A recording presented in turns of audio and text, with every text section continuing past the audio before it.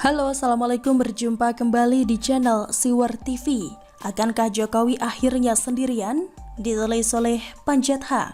PDIP yang dengan girang menyebut dirinya partainya wong cilik, kini sepertinya mulai memperlihatkan sebagai partainya oknum licik. Sejumlah oknum tampaknya melakukan manuver yang tidak sesuai aspirasi rakyat. Padahal partai sukses mengantarkan Jokowi 2 kali ke tampuk pemerintahan. Itu karena mereka menuruti kehendak rakyat. Rakyat menghendaki Jokowi. Megawati sebagai pimpinan partai wong cilik merespons dengan baik. Jokowi diusung dalam Pilpres dan menang. Sayang sekali masa jabatan presiden di era reformasi ini dibatas hanya 2 periode. Namun sekalipun demikian masih banyak suara yang menginginkan periode ketiga bagi Jokowi. Tapi semua itu tinggal hanya keinginan semata. Rasanya sulit untuk mengubah atau mengamandemen Undang-Undang Dasar 1945 supaya menambah periode itu menjadi 3 kali. Pilpres 2024 menjadi pertaruhan bagi masa depan NKRI. Apakah NKRI masih akan utuh seperti saat ini? Ataukah nanti menjadi hancur berkeping-keping? Itu bisa terlihat pada 2024 nanti. Kini kadang kita hanya tersenyum sendiri ketika Prabowo dalam kampanye Pilpres yang lalu mengatakan bahwa pada 2030 Indonesia akan bubar. Kita semua menertawakannya, sebab yakin itu hanyalah upayanya menakut-nakuti rakyat supaya memilih dia. Sejarah tersirat dia ingin menekankan bahwa jika Jokowi yang menang, maka RI hanya tinggal sejarah. Namun sebagaimana kita lihat Jokowi menang, namun RI tetap eksis dan semakin memperlihatkan geliat kemajuan. Sayang sekali COVID-19 membuat mimpi-mimpi itu tersendat. Uniknya para anti NKRI dan politikus busuk yang kini mencoba memanfaatkan pandemi ini untuk membubarkan NKRI.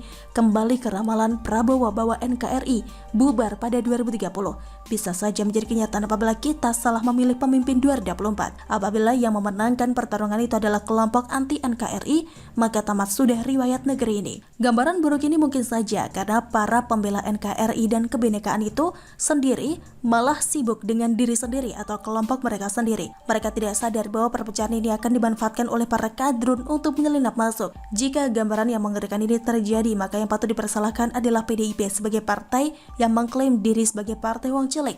Partai yang kini sibuk memoles Puan Maharani yang pada dasarnya tidak dikehendaki rakyat banyak.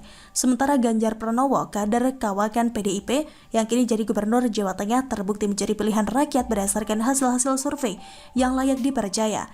Adapun Puan Maharani yang tidak dilirik rakyat, kini dipaksakan untuk dikenal lewat baliho-baliho yang tersebar di seluruh pelosok. Hal ini mengingatkan kita pada suasana tahun 1999, di mana posko PDIP bertebaran di setiap jengkal negeri ini. Dulu itu kemanapun mata memandang yang tampak adalah posko PDIP, dan itu murni aspirasi rakyat. Sekarang tahun 2021, kemanapun mata menoleh, yang ada baliho bergambarkan Puan Maharani.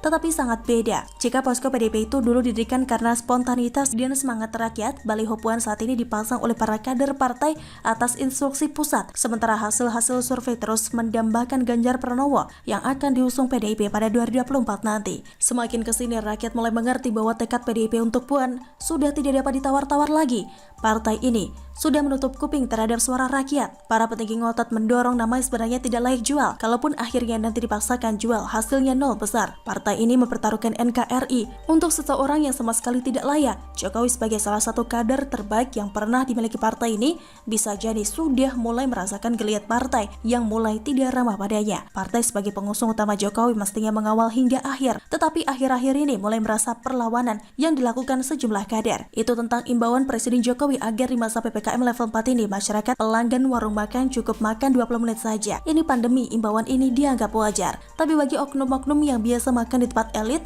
20 menit tentu tidak cukup. Lihat saja si Puan Maharani yang tidak cuma mengkritik, bahkan minta pemerintah memperinci soal 20 menit makan di warung sederhana ini.